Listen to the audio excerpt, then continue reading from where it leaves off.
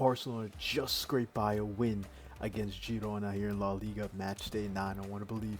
And, after everything this whole match, they didn't, for me personally, I think they didn't deserve to win. I think they played really poor and let Girona get so many chances to score, and they just couldn't. Girona's attack just couldn't get it through. That injury with Joan Garcia, I thought it was going to be huge because throughout this whole season, personally for me, I don't think Barca has looked at all from last season. I think that they have 100% so I think that huge the missing part of Inigo Martinez, Barca's what for me their best center back last season. It plays a huge role of him not being there, and defense wise, the high line's been terrible for them. And it hasn't for me worked out well, and I think it's like 3 games where they just scraped off wins. For me, I think they just scraped off. Was it Levante? For me, I think they just scraped off Newcastle. I think Newcastle were better. Girona, and I know there's another match in my mind, and they lost against Sevilla. I think this whole season, for me, Barca could have 4 losses this season, 5 losses, and that missing part of Nico Martinez is 100% the reason why. And this match showed it. Girona had many chances, many opportunities to score. They just couldn't. They couldn't. And Rajo got that last minute goal. Pedri scored a really nice goal in the first half. And yeah, we'll just go towards here this match. Former Borussia Dortmund player Witzel playing in Girona now. Just he bagged himself a goal. Here we're gonna go to lineups. Barca obviously they're suffering injuries this season. Lamine Yamal has been in and out this season so far. Rafinha's been out. Gavi's been out. Fermin, Dani Olmo, it switches in and out of who's getting hurt. Balde is out. Coming back in, stuff like that. Ferran Torres.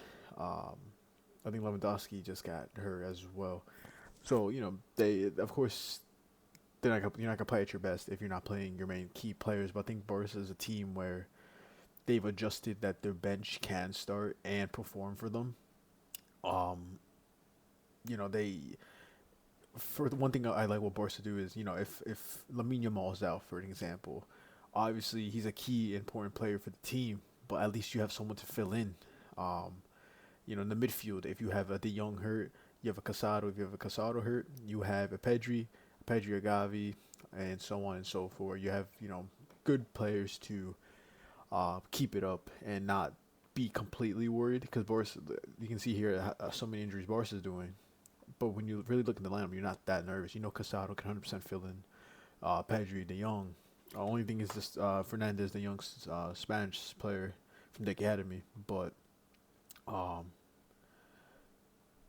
and also new signing Rooney. You have Christensen for me, who's I think he's really underrated. But yeah, then Girona's attack Porto. I remember him from Real Sociedad. Always signed him. I actually really liked how Porto was playing. Brian Gill, I think I think his rating's a little low. I think for me, he's really good on the ball, pressuring wise, attacking wise. He was really good this match. Martinez, former Barcelona academy player, bagged an assist this match. Witzel, former Borussia Dortmund, and this is the youngster from Manchester City, Victor Rodriguez. He was playing in was it Santos Flamengo? I know it's in Brazil, but I don't. Palmeiras, and then you have Gazzaniga, former Tottenham goalkeeper. And here you can see the substitutions. For me, it was weird seeing he took out Lamine Yamal and Pedri at the same time. For me, Flick substitutions have been really weird lately.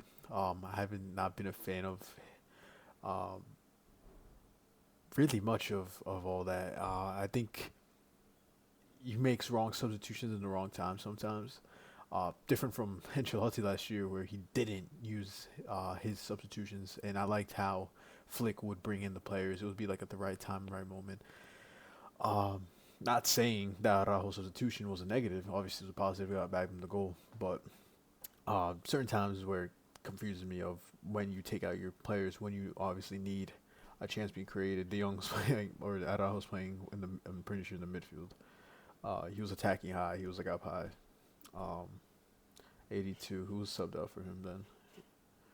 79. He was subbed out for De Jong, yeah. So you can see from from there. But yeah, pretty much my thing of Barca this season, they haven't looked as dangerous as they were last season. It's true. Um, last year I was I preferred watching Barcelona than Real. I said it all the time. But this season just has they've looked not really much. Sure that I think that Valencia game 6-0 whatever. But besides that, they haven't really shown at all of that magic that they had last season. I think they had, like I said before, should have more losses than they have this year. So, but they have what, one, two, maybe this year. Um, well, PSG and Sevilla, but we'll see what next match is. El Clasico. We'll just get into that there. Liga. It's an early game. Pretty sure it's at 11:15 a.m. This is the match everyone's dreading for. Flick did get a red card. For that, if you know your next game, people were saying this game was unfair, that the refs were 100% against Barcelona. This match, I can see why they think that. But Flick, knowing your next game is El Clasico, this was right before Araujo's goal as well, and and Barca are appealing this whole thing. Who knows if it would go through or not, fixed. But your next game is an important one, especially for me, underperforming to your standards. Obviously you want your coach to be there. You need your guy.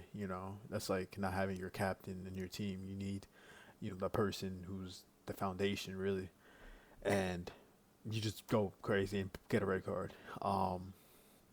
That's you know that's another up for Real. For me, Real Madrid didn't look that convincing yesterday against who they go against.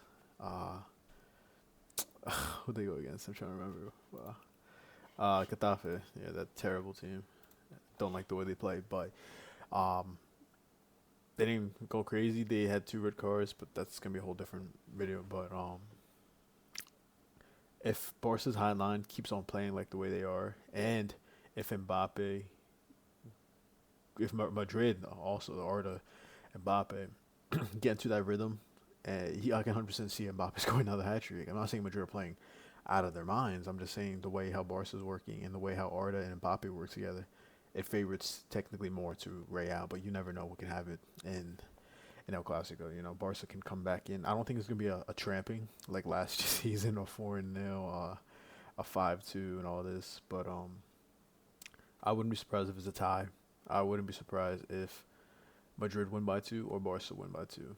It's that type of thing, and especially with these injuries, nothing crazy. It's not like that list just grew. Barca are missing key players. Their main goalkeeper, their number 9, their second. He didn't play second, but one of your top Ballon d'Or candidates. Gavi's been out since the beginning of the season, needing knee surgery again. Ferran Torres, for me, really underrated player, so that's another positive. Madrid's missing out. Dani Olmo and Christensen.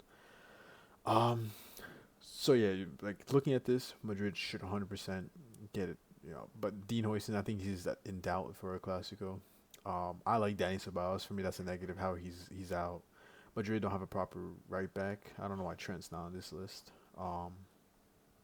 Actually, I think he was training the other day. Actually, but you need these players for Real Madrid. So that's that's pretty much what I have here.